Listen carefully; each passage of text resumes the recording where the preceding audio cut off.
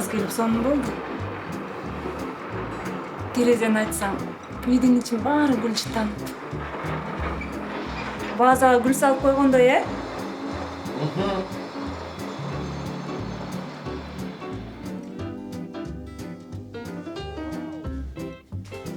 Эмне кылып атасың? Жок, иштеке жөн эле. Жұмыс боюнча бир нерсени издеп аткам.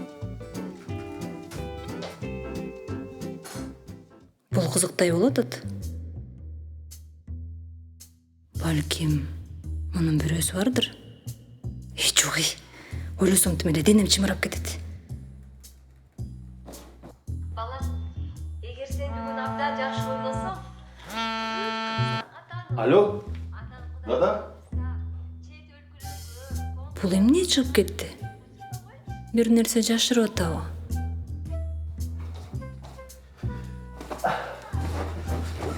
Мынчалды? Ой, жумуштан балдар дагы бир нерсени кыйратып салышыптыр. А эмне эшикке чыгып кеттиң?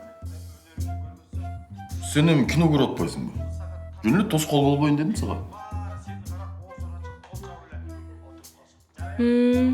Ишенип калдым аябай.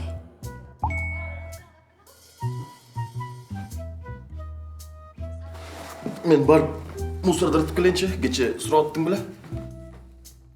Кызык. Бул эмне мусор чыгарам деп калды? Өзүнө окшош эмес. Жан, мен азыр келем, Барды сен кана даярсыңар го?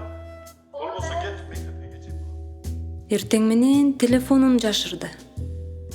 Андан кийин башка номерден звонок келди. Аны мусор, СМС.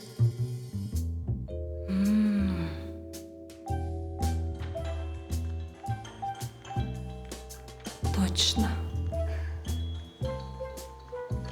Неге мурда бул жөнүндө ойлонгон жокмун?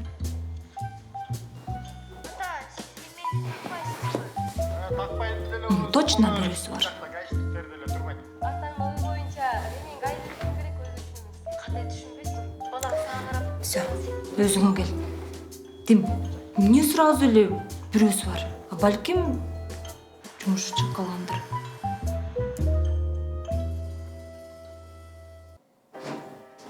Мен келдим. Келдиби? Азыр сүйлөшөбүз. Жаным, келсең бул жака.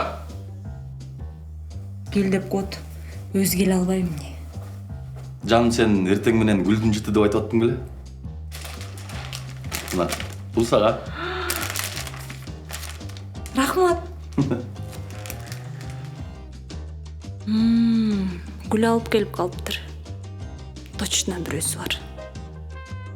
Эртең менен туруп, ойгонгондо эле гүл жеткирүүчү компанияларга чалып издеп баштадым. Эч ким жооп бербей койду. Анан заявка калтырып койгом. Анан алар мен сюрпризимди бузуп салып жазышты да, жанагы билесиңби? Кино көрүп отуруп атып, чалып калбадыбы? Анан тиги домофонубуз да иштебейт. Эптеп, мусорду шылтоо кылып, эшикке чыкпадымбы? Мен сен ошондо бир нерсени сөкүшүп калды деп ойлогом. Жаным, сен эмне жөнүндө сүйлөшөйүн дедиң эле? Сүйлөшүп? Мен унутуп калдым. Тамак жесең? Менден шумдук Шерлок Холмс чыкмак экен.